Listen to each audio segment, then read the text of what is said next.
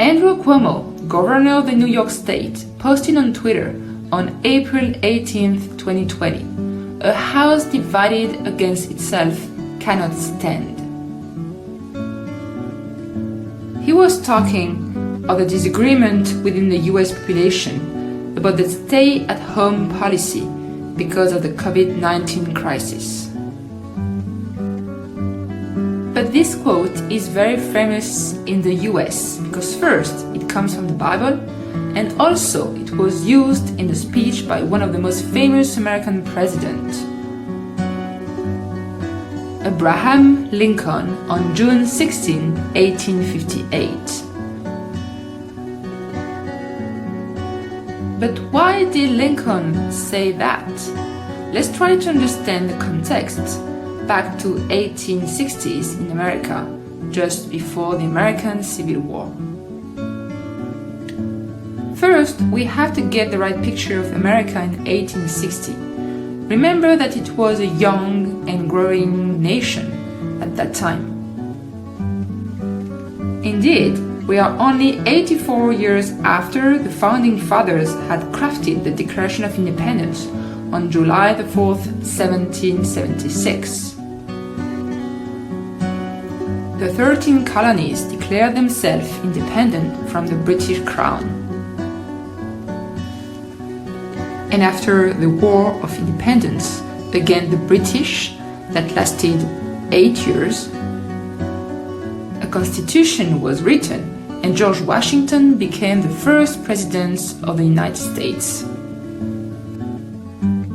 During the first half of the 19th century, Americans tried to take control of their huge territory by conquering more and more land in the Middle and West America.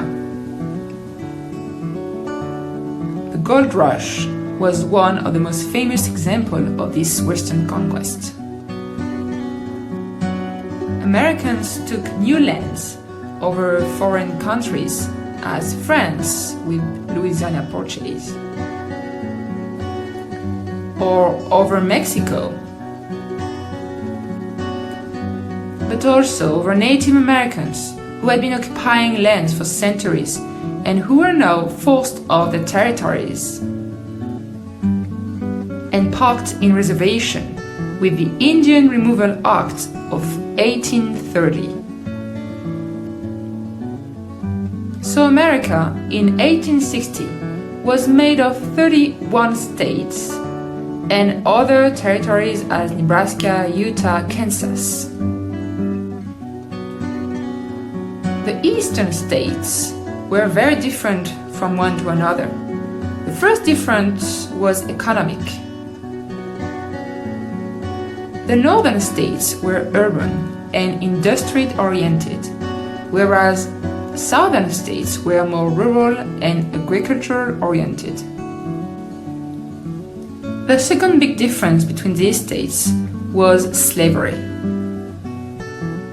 Slavery had started as soon as the early colonies had been founded in early 17th, as colonial people needed workforce in their sugar, cotton, or tobacco plantations. The triangular slave trade brought slaves to Caribbean and a few to US. African American slaves became more and more important in the plantation system, and they were traded as if they were cattle and had very difficult living and working conditions. They belonged to their master and could be sold if the master wanted.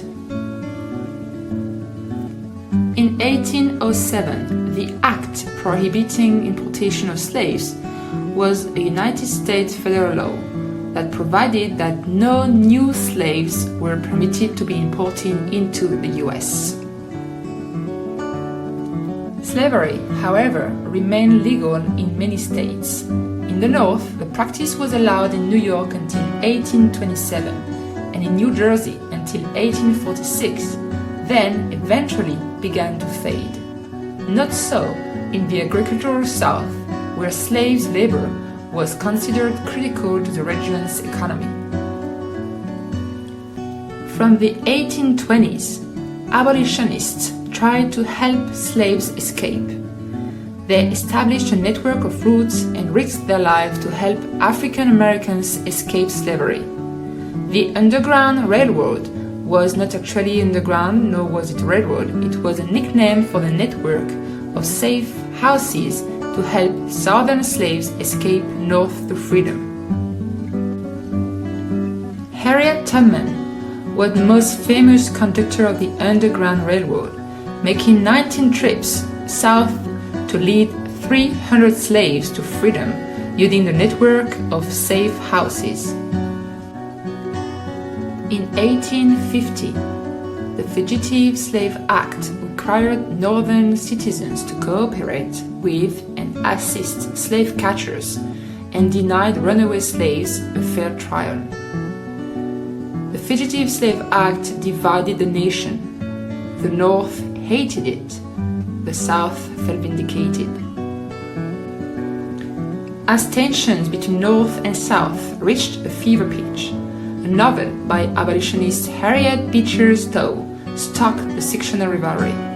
Published in 1852, Uncle Tom's Cabin depicted the plight of American slaves. It sold more than 300,000 copies and inspired countless Northerners to adopt the anti-slavery position. In 1854, the newly created state of Kansas was allowed to decide whether it wanted to be free or slave.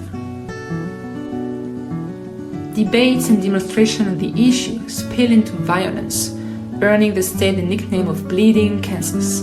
Indeed, in March 1855, pro- and anti-slavery supporters flooded into Kansas with the goal of voting for or against slavery, resulting in violent clashes between the two sides during which over 50 people were killed. In 1856, in the American Congress, the pro-slavery politician Preston Brooks attacked the anti-slavery politician Charles Sumner with a cane during a debate about the future of Kansas.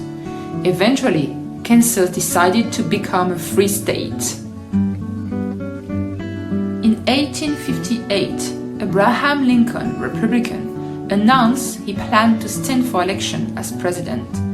In his House Divided speech, he said that a house divided against itself can stand, meaning that the tension between North and South had to be resolved. In 1860, Abraham Lincoln was elected President of the United States. He promised that no new slave states would be allowed into the Union. In 1861, 7 of the southern slave states broke away from the Union. They were Alabama, Florida, Georgia, Louisiana, Mississippi, South Carolina, and Texas. They would be joined later by 4 other states: Arkansas, North Carolina, Tennessee, and Virginia. These 11 states called themselves the Confederacy, or the Confederate States of America, and they elected their own president, Jefferson Davis.